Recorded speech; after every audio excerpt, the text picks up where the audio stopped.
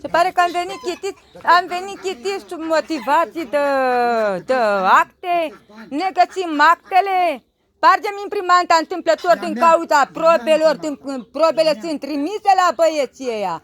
Întâmplător îmi pomenești mie de internare la nebun, exact planurile care le face pentru a spart eu cumva imprimanta? Pentru? Deci te rog frumos, încetează tu cu planurile.